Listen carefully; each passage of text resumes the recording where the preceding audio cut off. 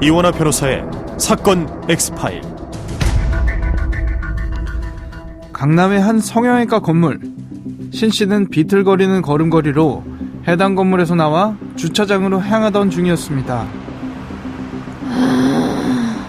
진짜 정신 못 차리겠네.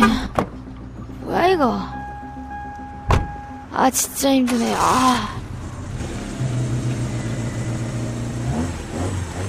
마치 약에 취한 듯 비틀거리며 운전석에 앉았던 신씨. 신씨가 시동을 걸고 출발한 지 5분이 지났을까요? 신씨의 차량이 인도로 돌진하는 사고가 발생했습니다. 나 가고 있어. 아니 너는 어딘데? 그랬구나.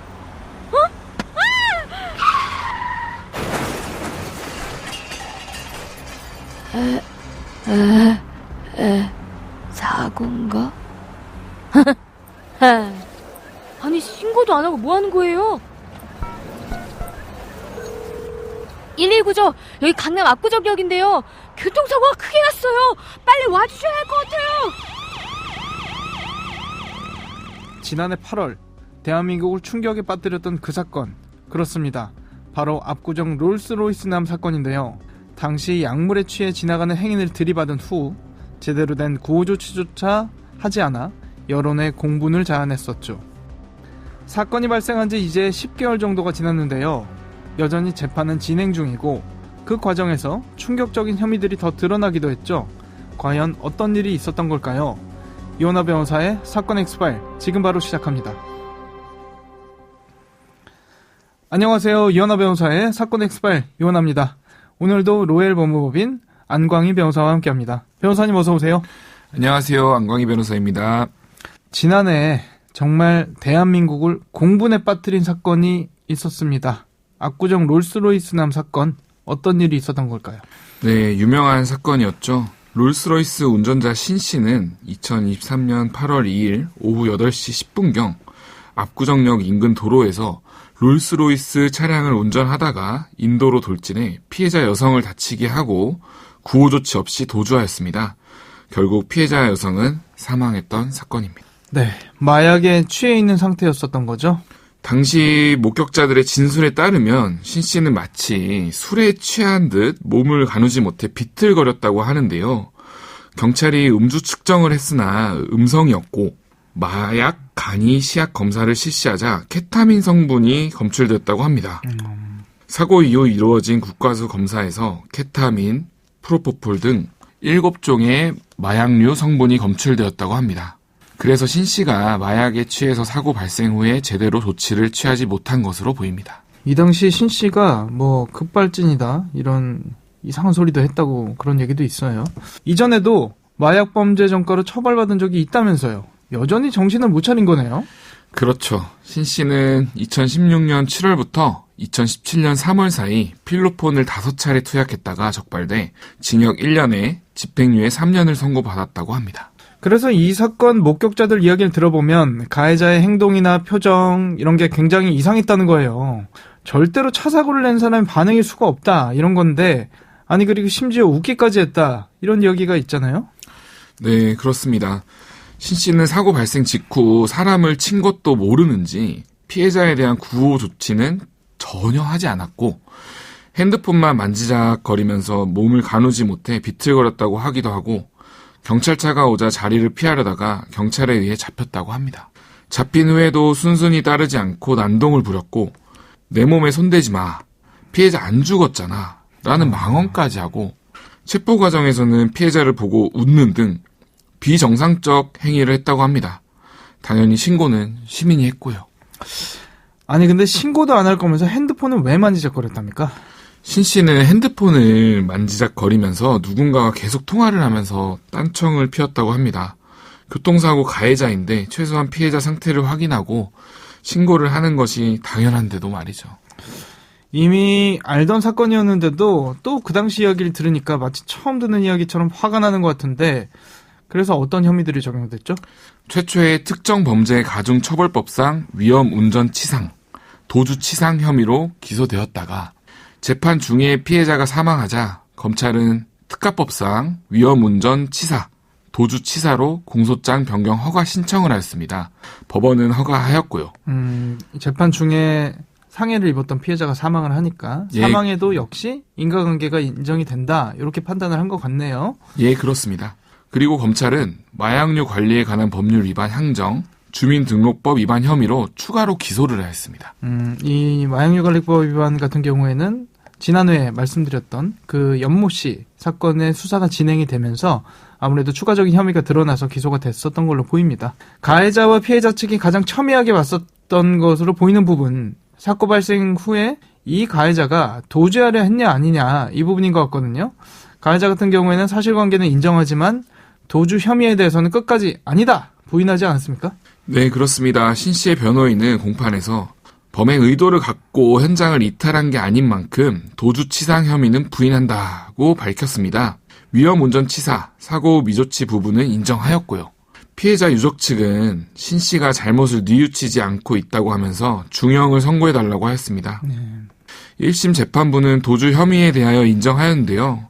피고인은 사고 후 도주의 고의를 다투고 있지만 도로교통법상 운전자가 사상을 입힌 사실을 인식하고도 정차해 피해자에 대한 보호 조치를 하지 않고 사건 현장을 이탈한 경우 도주의 고의를 인정하는 것이 대법원 판례다라면서 피고인은 운전하지 말라는 의사의 권고를 무시하고 운전을 하다 사고를 냈고 사고 발생 후 현장에서 이탈했다가 돌아와 현행범으로 체포됐다라며 피고인이 사고 직후 현장에서 이탈 시간이 짧고 자신의 휴대폰을 찾기 위해 현장을 이탈했다는 변호인의 주장은 다른 시민이 119에 신고를 했다는 점에서 납득할 수 없다고 밝혔습니다.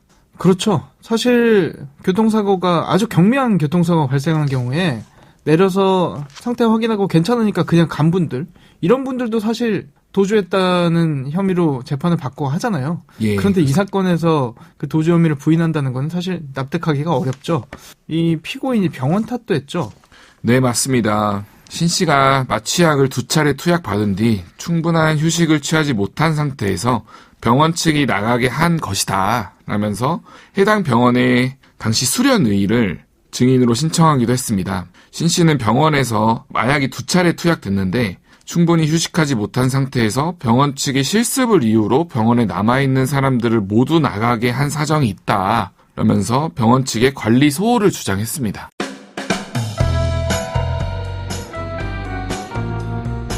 변호사의 눈으로 범죄의 재구성. 이원하 변호사의 사건 X파일.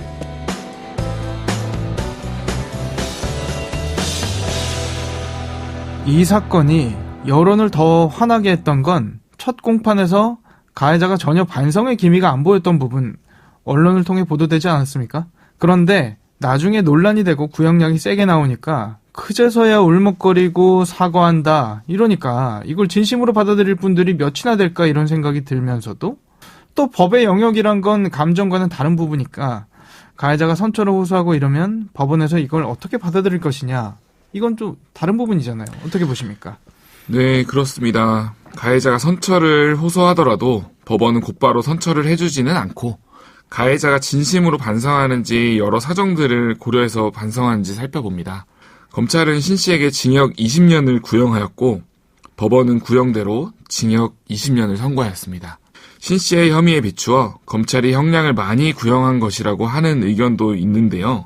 피해자 유족 측은 아무래도 검찰의 구형과 선고된 형이 같다 보니까 더 중한 구형을 원한 것으로 보입니다. 그런데 또 화나는 부분이 항소심 앞두고 있잖아요. 최근 일주일에 한 번꼴로 반성문 제출하고 있다, 이런 이야기가 들리던데요. 네, 그렇습니다. 신 씨는 1심 때도 재판부에 15번의 반성문을 제출했다고 하고요. 최근 항소심에서도 반성문 제출하고 있는 것으로 보입니다. 항소심에서 판사 출신의 정관 변호사를 새로 선임했다고도 하고요. 일반적으로 반성문을 제출하면 피고인이 반성하는 것으로 보이겠지만 이 사건에서 피해자 유족 측의 사과나 사죄의 의사를 밝힌 사실은 없다고 하여 과연 진심으로 반성해서 반성문을 작성하는지 의심이 생길 것 같고요. 개인적으로 그 반성문으로 양형에 크게 영향을 미치지 않지 않을까 싶긴 합니다. 반대로 유족들이 강력한 처벌을 원하고 있어서 재판부는 이런 부분을 더 고려할 것으로 보입니다. 그나저나 마약류 불법 투약 관련해서는 증명이 어려울 수도 있다 이런 이야기도 있던데 이 부분은 어떻게 파악하고 계십니까? 마약류 불법 투약 관련해서 입증이 어려울 때가 많이 있습니다. 그런데 신 씨는 2022년 6월부터 지난해 8월 2일까지 14개의 의원에서 총 57차례 프로포폴, 미다졸람, 케타민 등 수면 마취제를 상습 투약한 혐의를 받고 있는데요. 소위 말하는 병원 쇼핑의 방식입니다. 신 씨는 그 과정에서 타인의 명의를 도용한 혐의도 받고 있습니다. 아마도 시술을 빙자하여 투약한 것으로 보이는데 불법적으로 투약한 것이 아닐까 하는 강한 의심이 생깁니다. 그런데 저는 이 사건 보면서 삭필규정이란 말도 여러 번 떠올리게 되는 것 같아요. 어제 다룬 사건, 이 롤스로이스 남에게 마약류를 불법 처방해준 의사 사건 같은 경우도 이 사건으로 드러났고 거기에 더해서 이 의사라는 사람이 환자를 상대로 성범죄를 저지른 부분까지 사실은 물밑에 계속 묻혀있을 수도 있는 사건인데 드러났잖아요. 그리고 이 롤스로이스 남 같은 경우도 앞서 이야기 나눈 범죄들 혐의 이외에 수사 과정에서 또 다른 범죄 혐의들이 드러나지 않았습니까? 참 이걸 불행 중 다행이라고 해야 할까요? 그래도 밝혀지는 것이 다행이지 않을까 싶긴 합니다. 수사 과정에서 신 씨가 속해 있는 조직이 불법 리딩방을 운영하고 해외 선물 투자를 대행해준다면서 투자금과 수수료 21억 원을 챙긴다거나 경찰이 신 씨의 자금 출처를 수사하는 과정에서 신 씨가 도박 사이트 회원을 모집하는 국내 총판 역할을 한 사실을 파악했다고 합니다.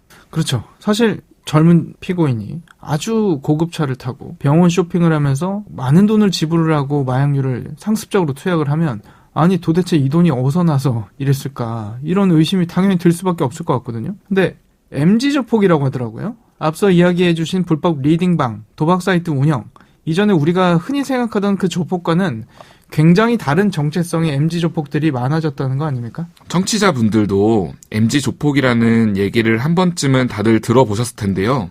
기존 조폭들은 보통 지역을 연고해서 조직을 만들었지 않습니까?